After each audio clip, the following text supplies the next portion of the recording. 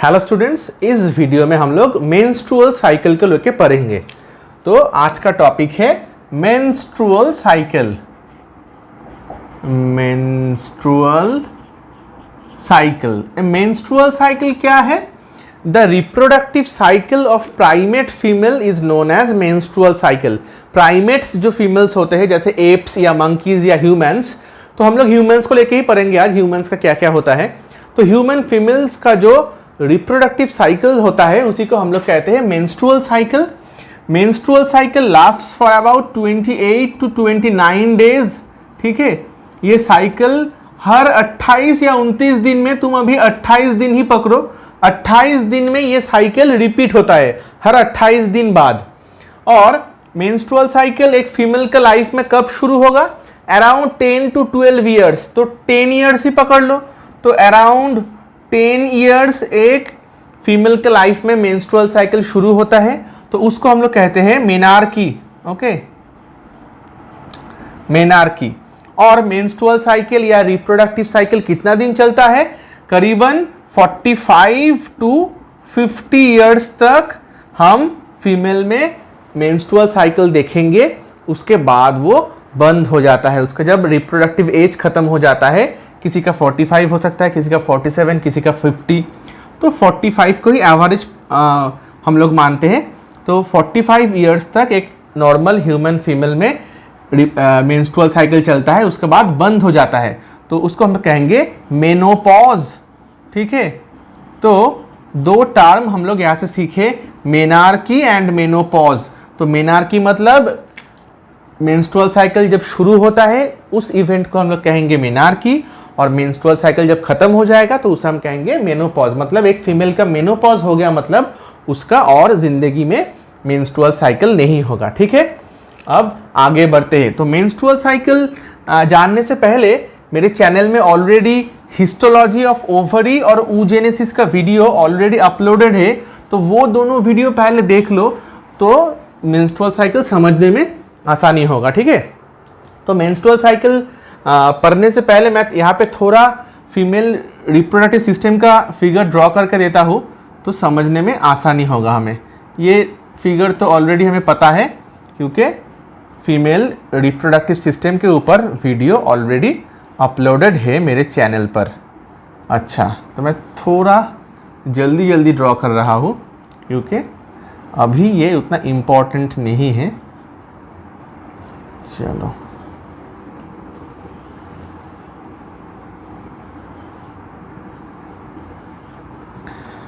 अच्छा,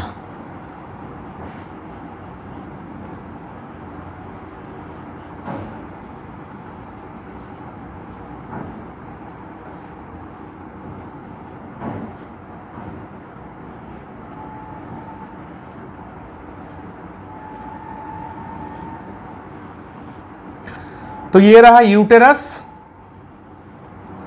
ये है सर्विक्स,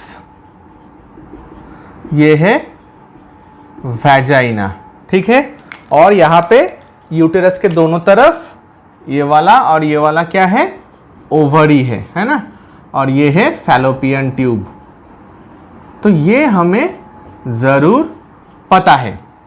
तो अब देखेंगे कि यूटेराइन, अब देखेंगे कि मेंस्ट्रुअल साइकिल में क्या होता है। मेंस्ट्रुअल साइकिल को हम 4 स्टेप में डिवाइड कर सकते हैं। तो मेंस्ट्रुअल साइकिल में हम लोग 4 फेज देखेंगे। ठीक है, क्या नाम है 4 फेज का? पहला है मेंस्ट्रुअल फेज और ब्लीडिंग फेज।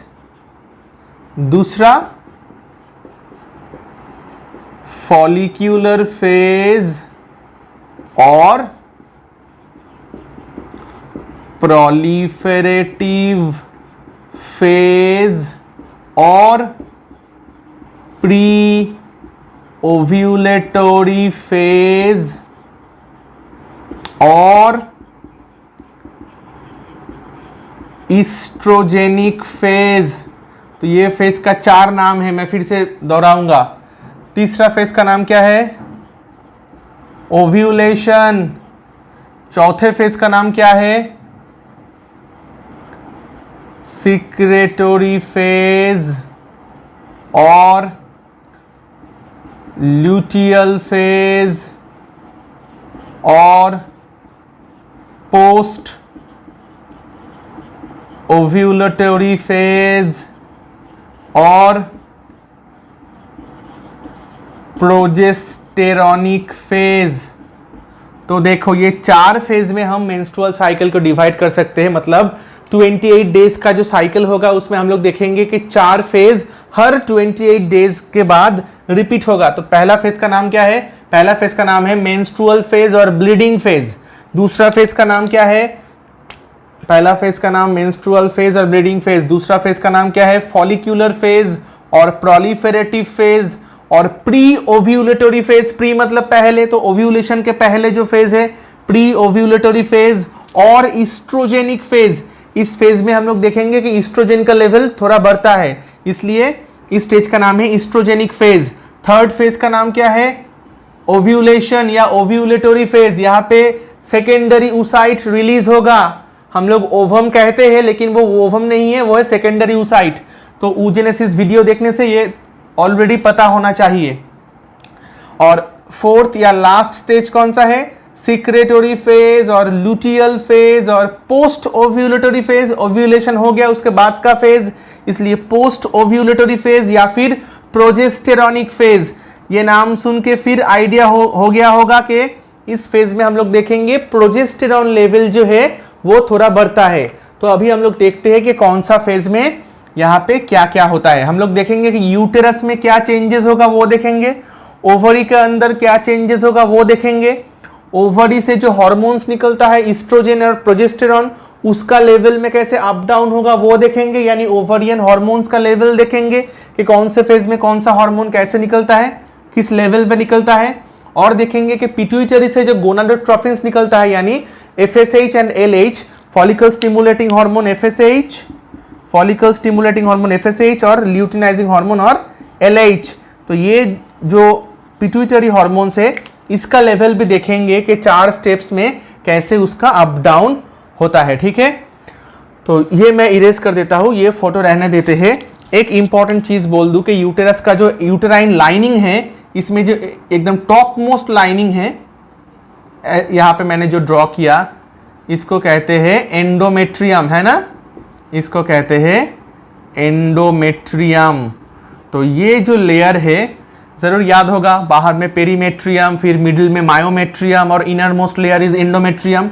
तो एंडोमेट्रियम लेयर में बहुत सारा चेंजेस होता है जिसको हम लोग अभी डिटेल में पढ़ेंगे। ठीक है, तो ये तरफ को मैं इरेज कर देता हूं, यहां पे अभी ड्राइंग करना होगा मुझे। ठीक है, चलो,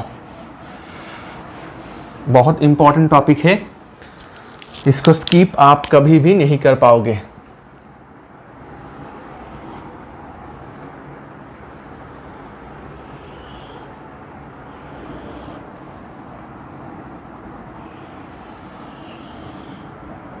चलो,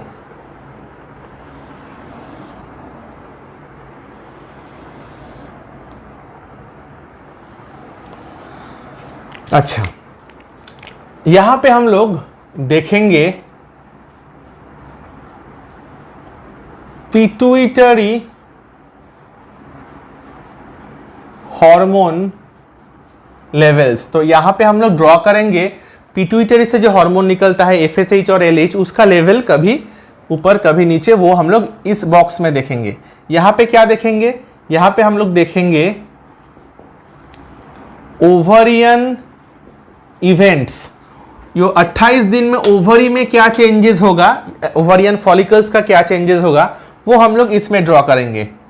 इसमें क्या करेंगे? ओवरियन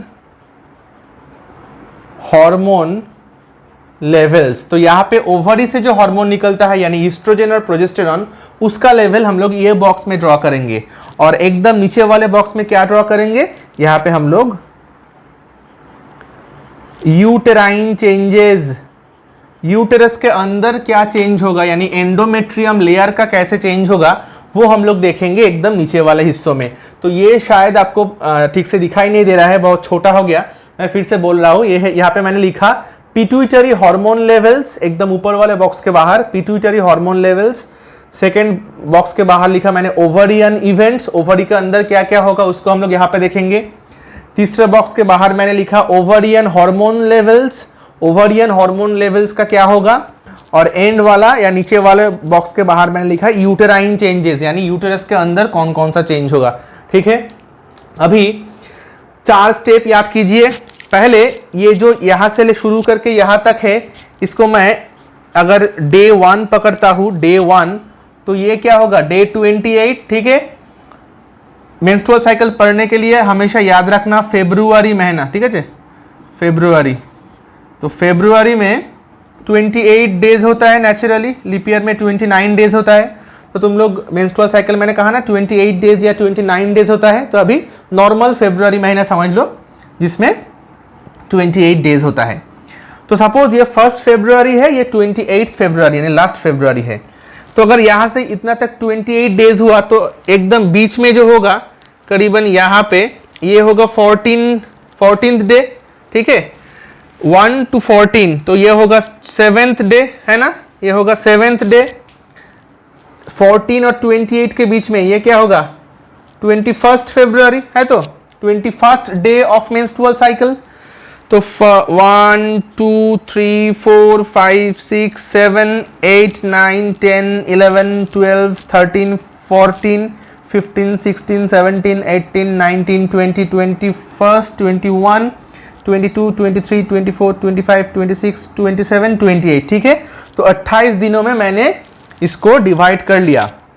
अब first day of menstrual cycle मतलब अभी एंडोमेट्रियम का ब्रेकडाउन होता है। ये एंडोमेट्रियम जो पिछले मेंस्ट्रुअल साइकिल में बना था, करीबन 6 मिलीमीटर तक थिक हुआ था, वो अभी टूटने लगेगा।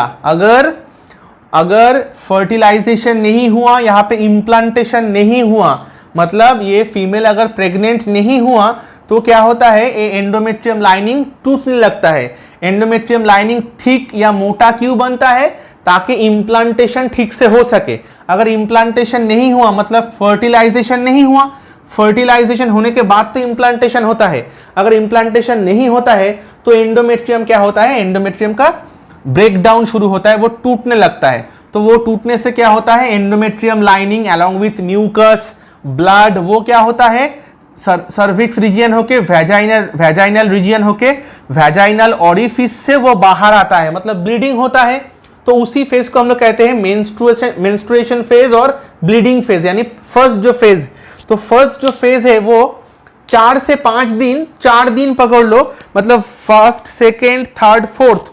तो ये 4 दिन क्या होता है, यूटेरस का एंडोमेट्रियम टूटने लगता है, वो ब्लड को लेके, म्यूकस को लेके वो बाहर आता है, फीमेल बॉडी से बाहर आता है थ्रू द वैजाइनल एपर्चर और वैजाइनल ऑरिफिस। तो उसी फेज को, वो जो 4 दिन का फेज है एकदम महीने के शुरू में, महीने के शुरू मतलब मेंस्ट्रुअल साइकिल का शुरू। इसका मतलब ये नहीं कि हर महीने का एकदम कैलेंडर देख के 1 से 4 दिन तक ही मेंस्ट्रुअल साइकिल होता है, मेंस्ट्रुएशन होता है, ऐसा नहीं। अगर किसी फीमेल का 20 जनवरी को मेंस्ट्रुअल साइकिल शुरू हुआ, मतलब 20, 21, 22, 23 ये 4 दिन ब्लीडिंग होगा, मेंस्ट्रुएशन होगा। उसके बाद से लेके फिर 10 दिन होगा प्रोलिफेरेटिव फेज। ठीक है, ऐसे होता है। मतलब हम मेंस्ट्रुअल साइकिल मतलब एक महीने को पकड़ के चलते हैं, लेकिन वो महीने के 1 तारीख ही होगा ऐसा नहीं। हम हमारे आसानी के लिए फरवरी महीना पकड़ के हम लोग चलेंगे। तो पहला 4 दिन ब्लीडिंग होगा, मतलब ये टूट गया, ये टूट के उसका जो डेब्रिस है म्यूकस लेके वो बाहर आ रहा है। इसका मतलब यूटेराइन जो लाइनिंग जो मोटा था, थिक बना था, अगर वो टूट गया, उसका ब्रेकडाउन हो गया, मतलब अभी वो उतना थिक नहीं है। जो 6 मिलीमीटर था वो उतना अभी 6 मिलीमीटर नहीं है, वो टूट गया है। तो यहाँ पे जो फिगर होगा, मैं पहले सिंपल करके ड्रॉ करता हूँ, फिर मैं दिखाता हूँ कैसे होगा। चलो, सपोज इतना तक थिक था, इतना मोटा था, तो ये 4 दिन में क्या हुआ, वो टूट गया, मतलब ऐसे पतला हो गया। अब फिर से वो बनना स्टार्ट होता है।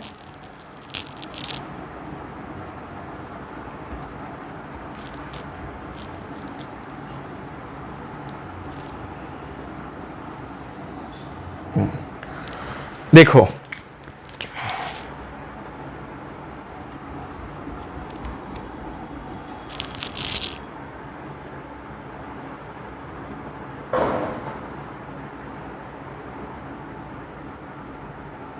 इसको ड्रॉ करो, ये बहुत इंपॉर्टेंट है, ये बोर्ड के एग्जाम में भी आता है। Uterine changes during menstrual cycle, तो ये फिगर देना ही है।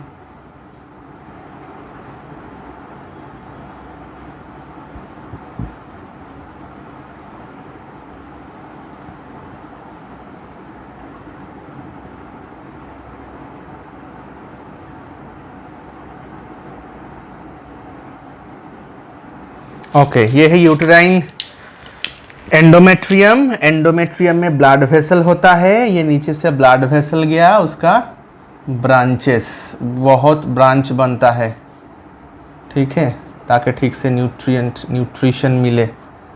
तो नीचे से ब्लड वेसल का बहुत ब्रांच रहता है। यह पूरा 28 दिन का मैंने यहाँ पे ड्रॉ कर लिया। तो अभी हम लोग कौन से स्टेप में है? फर्स्ट स्टेप में है, यानी मेंस्ट्रुअल फेज या ब्लीडिंग फेज। तो देखो यहां तक इतना मोटा बन गया था, अभी वो टूटना शुरू हुआ, ब्रेक डाउन शुरू हुआ। तो वो ब्रेक डाउन हो रहा है, और जैसे ही ब्रेक डाउन हो रहा है मतलब ब्लीडिंग हो रहा है, ठीक है। ये है drops of blood along with the endometrium and mucus, ठीक है। तो इस फेज को यानी 1 से लेके 4 तक, ये दिन देखो इतना दिन तक ये ब्रेक डाउन शुरू हुआ, ब्लीडिंग हुआ, तो इसको हम लोग कहेंगे ब्लीडिंग फेज या फिर मेंस्ट्रुएशन फेज। तो ये होने के बाद जो एंडोमेट्रियम जो थिक था वो अभी थिक नहीं है, वो तो टूट गया, वो थिन हो गया, तो देखो छोटा हो गया, एकदम पतला हो गया। अब 4th डे से लेके वो फिर से आहिस्ते आहिस्ते फिर उसका डेवलपमेंट शुरू हो रहा है। देखो एकदम छोटा, एकदम पतला हो गया, फिर आहिस्ते आहिस्ते उसका डेवलपमेंट शुरू हो गया। ये होते होते मैक्सिमम फिर 6 mm तक हो जाएगा। अब देखो, तो 1 से 4 दिन तक तो हो गया मेंस्ट्रुअल फेज या ब्लीडिंग फेज। उसके बाद यानी 5th डे से शुरू करके, यहां से शुरू करके 14th डे से पहले यानी 13th डे तक, तो यहां से लेके इतना तक, यहां से लेके इतना तक। अच्छा, पहला जो फेज मैंने कहा मेंस्ट्रुअल फेज और ब्लीडिंग फेज, वो फिर यहां से लेके इतना तक, ठीक है। तो ये रहा फेज 1। फेज 1 का नाम मैंने पहले ही बोल दिया। तो अभी कौन सा फेज चल रहा है? अभी चल रहा है प्रोलिफरेटिव फेज और फॉलिक्यूलर फेज और ईस्ट्रोजेनिक फेज और प्री ओव्यूलेटरी फेज। मतलब 14th डे को जाके, 14th डे को जाके, यहां पे मैं गोल कर रहा हूं। फरवरी महीना मैंने क्यों कहा? फरवरी महीने का एकदम बीच कौन सा होगा? 14th फरवरी। अगर 28 डेज में फरवरी महीना होगा तो 14th फरवरी वैलेंटाइंस डे याद रहता है ना, सबसे ज्यादा याद रहता है यही दिन। तो 14 फरवरी को याद रखना, हम लोग के हिसाब से इस दिन होगा ओव्यूलेशन, ठीक है। तो 14th जो डे है ऑफ मेंस्ट्रुअल साइकिल, इसको हम लोग 3rd फेज पकड़ लेते हैं, ओव्यूलेटरी फेज, सेकेंडरी ऊसाइट निकलेगा। तो 5th डे से लेके 13th डे तक, इतना दिनों में क्या हुआ? ये पूरा दिनों में एंडोमेट्रियम फिर से ठीक होना शुरू हो गया। क्यों? क्योंकि 14th डे को अगर ओव्यूलेशन होता है तो उसके बाद फर्टिलाइजेशन होने का चांस है, तो उसी के बाद इम्प्लांटेशन होगा। तो मैंने क्या कहा कि एंडोमेट्रियम ठीक ऐसे क्यों बनता है? ताकि इम्प्लांटेशन ठीक से हो सके। तो इम्प्लांटेशन के लिए एंडोमेट्रियम का तैयार होना एकदम मतलब जरूरी है। तो इसीलिए टूटने के बाद वो फिर से नए से तैयार होता है, ताकि अगले महीने अगर फर्टिलाइजेशन हो, इम्प्लांटेशन उसके बाद ठीक से हो सके, ठीक है। तो इस फेज को हम लोग कहेंगे प्रोलिफरेटिव फेज, प्रोलिफरेशन चल रहा है। इसका और एक नाम फॉलिक्यूलर फेज है। क्यों फॉलिक्यूलर फेज? क्योंकि जब हम लोग ओवरी का चेंजेस देखेंगे तो वहां पे देखेंगे कि ये जो 5 से लेके 13 यानी 8 या 9 दिन का जो फेज है, इसमें ओवरियन फॉलिकल जो है वो primordial follicle, primary follicle, secondary follicle, tertiary follicle, Graafian follicle. Histology of ovary का वीडियो फिर से मैंने बोल रहा हूं कि वो वाला देख लो पहले। तो वो जो फॉलिकल का जो डेवलपमेंट है वो इसी दौरान होता है। तो वो होने के लिए इस फेज का नाम है फॉलिक्यूलर फेज, ठीक है। तो अभी हम लोग यूटेरस के अंदर का चेंज देख रहे हैं, ओवरी पे हम लोग आते हैं थोड़ी देर में। तो ये हो गया 13 दिन तक यूटेरस का, और आहिस्ते आहिस्ते वो फिर से तैयार हो रहा है या बन रहा है या मोटा हो रहा है। तो यहां तक 1 मिलीमीटर से ज्यादा वो ठीक हो जाता है, करीबन 3 mm तक ठीक हो जाता है। फिर 14 डे को तो हो गया ओव्यूलेशन, तो इस वक्त 3 मिलीमीटर तक वो थिक हो गया। अब 14th डे को अगर ओव्यूलेशन होता है या सेकेंडरी oocyte निकलता है ओवरी से या ग्राफियन फॉलिकल से, तो ये जान लो कि जो सेकेंडरी oocyte है वो 24 आवर्स तक वो मतलब फंक्शनल रहता है। 24 से मैक्सिमम 48, 24 आवर ही मान के चलो। तो इसी के बीच में फर्टिलाइजेशन हुआ तो ठीक है, वरना वो सेकेंडरी oocyte कोई काम का नहीं है। मतलब 14th डे को अगर ओव्यूलेशन हुआ तो फर्टिलाइजेशन 14th डे को ही होगा या 15th डे या मैक्सिमम 16th डे। तो उसके बाद इम्प्लांटेशन होते होते और 2 दिन या 3 दिन मैक्सिमम, तो 16-17 दिन या 18 दिन के बीच में ही इम्प्लांटेशन हो जाता है। तो देखो इस दौरान जो यूटेरस है वो ऑलमोस्ट जो मैक्सिमम थिकनेस है वो रीच कर गया, ठीक है। तो वो है अराउंड 6 मिलीमीटर, तो वो ऑलरेडी रीच कर गया 20 दिन से पहले ही, 16, 17, 18 दिन तक। अब ये जो थिक बन गया वो अगले 8 या 10 दिन तक वो मेंटेन्ड होता है। क्यों मेंटेन्ड होता है? क्योंकि इसी बीच में तो इम्प्लांटेशन होना है। या इम्प्लांटेशन देखो एकदम 18 डे पे या 17 डे पे ही इम्प्लांटेशन होगा ऐसा तो कोई नहीं है, 1-2 दिन तो लेट भी हो सकता है। तो इसलिए वो प्रिपेयर रहता है कि इम्प्लांटेशन कभी भी हो वो ठीक से हो सके, इसलिए वो मेंटेन्ड होता है। और ये जो फेज है यानी ओव्यूलेटरी फेज का बाद का जो फेज है यानी 15th डे से लेके 28th डे तक, ये जो पूरा ये लंबा फेज है इसमें एंडोमेट्रियम एकदम मेंटेन रहता है, इसका कोई ब्रेकडाउन नहीं होता है, कुछ नहीं निकलता है, वो पूरा एकदम थिक हो गया, जितना मैक्सिमम थिक हो सकता है उतना थिक हो गया। और वो रेडी होता है कि अगर जाइगोट आ जाए, या जाइगोट तो नहीं आएगा, उसका बाद का स्टेज आता है ब्लास्टोसील कंडीशन में आके इम्प्लांटेशन होता है, तो इम्प्लांटेशन ठीक से हो सके, ठीक है। तो ये फेज का नाम मैंने कहा सीक्रेटरी फेज या लुटियल फेज। क्यों लुटियल फेज कहा? फिर जब ओवरियन साइकिल में आएंगे तब देखेंगे कि इस दौरान ग्राफियन फॉलिकल तो 14th डे को ही रप्चर हो गया और ग्राफियन फॉलिकल से सेकेंडरी oocyte निकल गया 14th डे। तो उसके बाद से ग्राफियन फॉलिकल का क्या होता है? ग्राफियन फॉलिकल वो कन्वर्ट हो जाता है कॉर्पस ल्यूटियम में, इसलिए ये फेज का नाम है लुटियल फेज। और कॉर्पस लुटियम से सबसे ज्यादा कौन सा हार्मोन निकलता है? प्रोजेस्टेरॉन, इसलिए ये फेज का और एक नाम है प्रोजेस्टेरॉनिक फेज। तो अभी ये जो मैंने यूटेराइन चेंजेस देखा, अभी हम लोग ओवरी में क्या क्या चेंज होते हैं वो देखते हैं, तो और भी थोड़ा ये चीज हमें क्लियर हो जाएगा। देखो 14th डे यानी यहां पे 14th डे, ठीक है। तो 14th डे को क्या होता है? 14th डे को अगर हम लोग फॉलिकल देखेंगे तो वो फॉलिकल जरूर ऐसा दिखने में होगा। देखो सेकेंडरी oocyte रिलीज हो गया अलोंग विथ सेकेंडरी oocyte। क्या अकेला रिलीज होता है ग्राफियन फॉलिकल से? नहीं, किसके साथ रिलीज होता है? कोरोना रेडिएटा के साथ, है ना। सेकेंडरी oocyte के बाहर जो सेल लेयर है उसको क्या कहते हैं? कोरोना रेडिएटा, ठीक है। और ग्राफियन फॉलिकल में और बाकी सारा जो सेल्स था यानी ग्रैनुलोसा सेल्स, फिर थेका इंटरना, फिर उसके बाहर थेका एक्सटर्ना, वो सब जैसा था वैसा रह गया, है ना। तो ग्राफियन फॉलिकल का रप्चर कब होता है? ग्राफियन फॉलिकल का रप्चर होता है ड्यूरिंग 14th डे, है ना। इसलिए तो हम लोग कहते हैं कि उस फेज को क्या कहते हैं? ओव्यूलेटरी फेज, यानी ओव्यूलेशन होता है।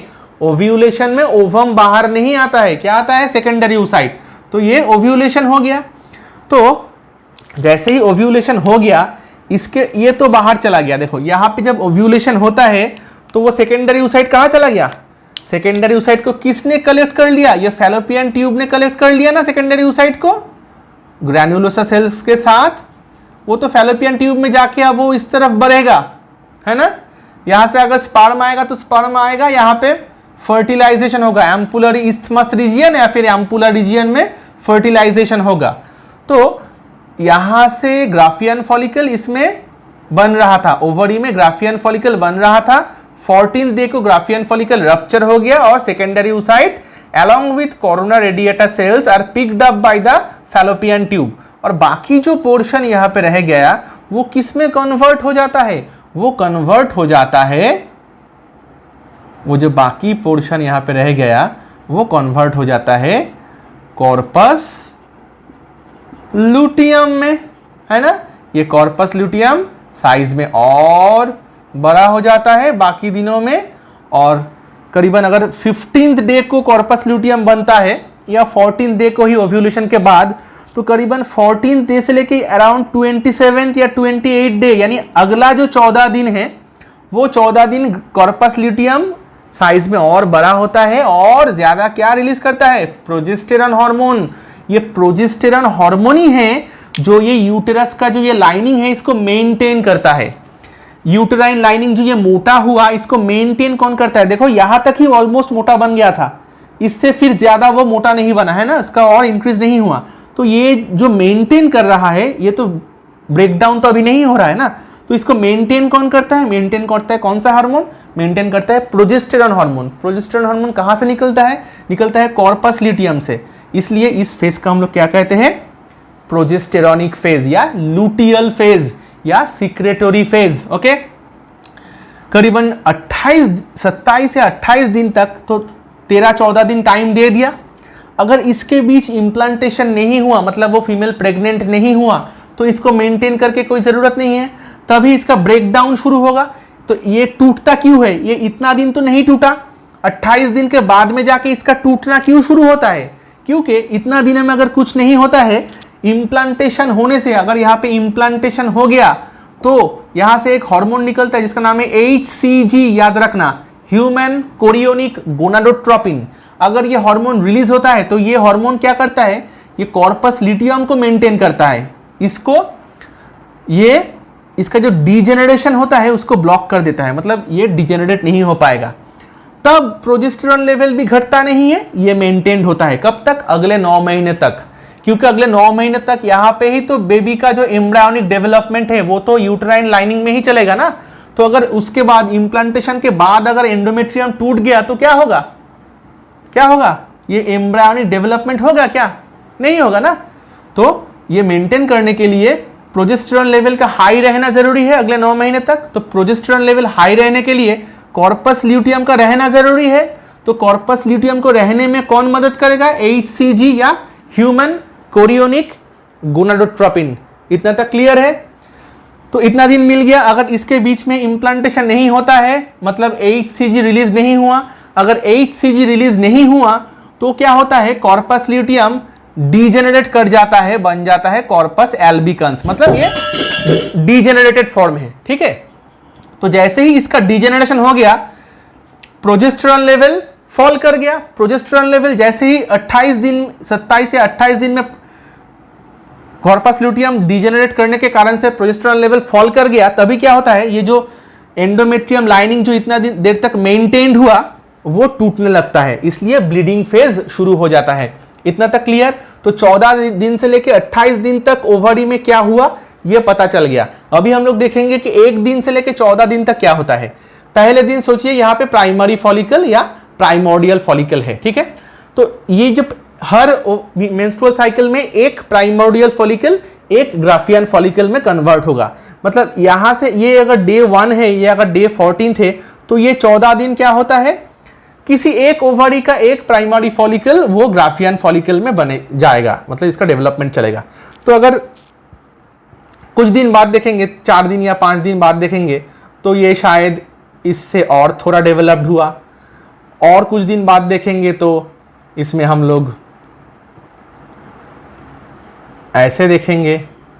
फिर से मैं कह रहा हूं कि हिस्टोलॉजी ऑफ ओवरी का वीडियो पहले देखो तो पता चल जाएगा कि ये ओवरियन फॉलिकल्स का कैसे डेवलपमेंट चलता है। ठीक है, तो ये बन गया सेकेंडरी फॉलिकल। अगर हम लोग करीबन 10 दिन या 11 दिन तक देखेंगे तो क्या देखेंगे, तो हम लोग ऐसे देखेंगे। इतनी छोटे स्पेस में पूरा क्लियर ड्रॉ करना थोड़ा पॉसिबल नहीं है। हिस्टोलॉजी ऑफ ओवरी के वीडियो में मैंने पूरा एकदम क्लियरली ड्रॉ किया था। ठीक है, तो ये देखो बन गया टर्शियरी फॉलिकल। इसके बाद बनेगा Graafian follicle, Graafian follicle rupture हो जाएगा। ठीक है, तो इसलिए ये फेज यानी पहले 4 दिन के बाद का जो फेज है इसको फॉलिक्यूलर फेज क्यों कहते हैं, क्योंकि इस फेज में ओवरी में फॉलिकल का डेवलपमेंट चलता है। ठीक है, अब देखो ओवरी से कौन कौन हार्मोन निकलता है। ओवरी से निकलता है ईस्ट्रोजन और प्रोजेस्टेरॉन। ईस्ट्रोजन कहां से निकलता है, ईस्ट्रोजन मेनली निकलता है जो ग्राफियन फॉलिकल है, ग्राफियन फॉलिकल के जो थेका इंटरना सेल्स है। तो ईस्ट्रोजन हार्मोन जब ये फॉलिकल का डेवलपमेंट चल रहा है या ग्राफियन फॉलिकल बन गया ऑलमोस्ट यहाँ पे करीबन 10 दिन के करीब, 10, 11, 12 ग्राफियन फॉलिकल 11, 12 या 13 दिन के करीब बनता है, तो तब ईस्ट्रोजन लेवल हाई होगा। मतलब ईस्ट्रोजन लेवल पहले ठीक ठाक है, इस यहाँ पे आके थोड़ा हाई होगा, फिर जब ग्राफियन फॉलिकल टूट गया तो ईस्ट्रोजन लेवल थोड़ा लो हो जाएगा, ठीक है। लेकिन कॉर्पस ल्यूटियम से मैंने कहा कि प्रोजेस्टेरॉन निकलता है, लेकिन उसके साथ ईस्ट्रोजन भी निकलता है, तो ईस्ट्रोजन लेवल फिर से जब कॉर्पस ल्यूटियम बन जाएगा तब भी थोड़ा सा हाई हो जाएगा, ठीक है। अब देखो कॉर्पस ल्यूटियम यहाँ पे डीजेनरेट कर गया, यानी ईस्ट्रोजन लेवल फिर से लो हो गया, ठीक है। तो ईस्ट्रोजन लेवल लो था, जैसे फॉलिक्यूलर डेवलपमेंट चालू हुआ तो ईस्ट्रोजन लेवल आहिस्ते आहिस्ते बढ़ रहा है, ग्राफियन फॉलिकल बन गया मतलब ईस्ट्रोजन लेवल सबसे हाई है, थेका इंटरनल सेल आ गया, फिर ग्राफियन फॉलिकल का रप्चर हो गया मतलब वो फिर से घट गया, ग्राफियन फॉलिकल कॉर्पस ल्यूटियम में कन्वर्ट हो गया मतलब वहां से फिर से ईस्ट्रोजन निकलेगा, थोड़ा हाई हुआ, ठीक है। जैसे ही कॉर्पस ल्यूटियम डिजेनरेट हो गया ईस्ट्रोजन लेवल फिर से घट गया। अब आते हैं प्रोजेस्टेरॉन में। ओवरियन फॉलिकल से तो प्रोजेस्टेरॉन नहीं निकलता है, प्रोजेस्टेरॉन निकलता है कॉर्पस ल्यूटियम से। तो प्रोजेस्टेरॉन लेवल जब फॉलिक्यूलर फेज या ब्रीडिंग फेज चलता है तो प्रोजेस्टेरॉन लेवल कम ही रहता है, कम। कब अचानक बढ़ जाता है? जब कॉर्पस ल्यूटियम बन जाता है, यानी 14 दिनों के बाद जब ग्राफियन फॉलिकल का रप्चर हुआ कॉर्पस ल्यूटियम बना, तभी प्रोजेस्टेरॉन लेवल हाई होगा। और ये हाई प्रोजेस्टेरॉन लेवल मेंटेन होगा कितना दिन तक? जितना दिन कॉर्पस ल्यूटियम मेंटेन होगा, 27 या 28 दिन तक। अगर HCG नहीं निकला यानी इंप्लांटेशन नहीं हुआ तो प्रोजेस्टेरॉन लेवल फिर से घट जाएगा। क्लियर? तो ये रहा ओवरी में, तो लाल से मैंने ड्रॉ किया प्रोजेस्टेरॉन लेवल और ग्रीन से मैंने ड्रॉ किया ईस्ट्रोजन लेवल, ठीक है। अब आते हैं पिट्यूटरी हार्मोन्स पे। पिट्यूटरी हार्मोन कौन कौन सा है?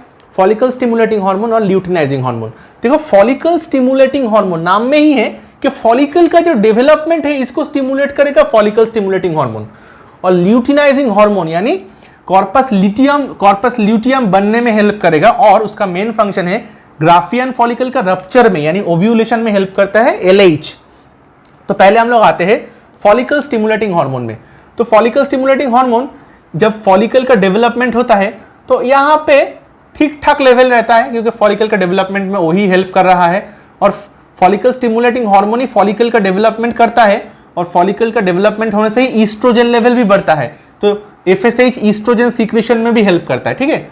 तो ये ठीक ठाक लेवल ही है। अच्छा, यहाँ पे थोड़ा बढ़ेगा फिर से घट जाएगा। LH या ल्यूटिनाइजिंग हार्मोन क्या होता है? इस दौरान जब फॉलिकल का डेवलपमेंट चल रहा है तब इसका लेवल लो रहता है, ठीक है, तब इसका लेवल लो रहता है। जैसे ही फॉलिकल का डेवलपमेंट हो गया यानी ईस्ट्रोजन लेवल बढ़ गया, ईस्ट्रोजन हाई ईस्ट्रोजन लेवल, सिर्फ ईस्ट्रोजन हाई ईस्ट्रोजन लेवल क्या करता है? पिट्यूटरी ग्लैंड में पॉजिटिव फीडबैक सेंड करता है। तो उसके लिए यहाँ पे FSH का सीक्रेशन भी थोड़ा बढ़ता है, LH का सीक्रेशन बहुत ज्यादा बढ़ता है। इसको हम लोग कहते हैं LH सार्ज। क्या कहते हैं? LH sarge. और LH सार्ज के कारण ही 14th डे को देखो ग्राफियन फॉलिकल का रप्चर हो गया, ठीक है, फिर से LH लेवल घट जाता है। अच्छा, तो LH सर्ज हुआ। LH सर्ज होने के कारण से ही ग्राफियन फॉलिकल का रप्चर होकर ओव्यूलेशन होता है और ग्राफियन फॉलिकल कॉर्पस ल्यूटियम में कन्वर्ट होता है, ठीक है। तो ये रहा पिट्यूटरी हार्मोन लेवल्स। तो ये पूरा जो इवेंट मैंने पढ़ाया ये है मेंस्ट्रुअल साइकिल। बोर्ड के एग्जाम में सबसे ज्यादा आता है during menstrual cycle, what are the uterine changes and what are the ovarian changes. तो ये फिगर एकदम बहुत जरूरी है, और इसके साथ कब कौन सा हार्मोन का लेवल कैसे होता है ये भी हमें जानना जरूरी है, ठीक है। और देखो यहाँ पे ईस्ट्रोजन और प्रोजेस्टेरॉन दोनों का लेवल हाई है ना, तो हाई ईस्ट्रोजन और प्रोजेस्टेरॉन लेवल पिट्यूटरी में नेगेटिव फीडबैक सेंड करता है, तो यहाँ पे LH FSH का लेवल डाउन हो जाता है। लेकिन जब ईस्ट्रोजन अकेला रहता है तो हाई ईस्ट्रोजन लेवल वो पिट्यूटरी में पॉजिटिव फीडबैक सेंड करता है। तब देखो LH, रेड वाला LH है, ग्रीन वाला FSH है, ये दोनों का रेट हाई होता है, ठीक है। तो ये रहा मेंस्ट्रुअल साइकिल। मैं आशा करता हूँ समझ में आ गया होगा। अगले वीडियो में हम लोग फर्टिलाइजेशन इन ह्यूमन को लेके लौटेंगे। ठीक है, तो चलो इस वीडियो में इतना तक।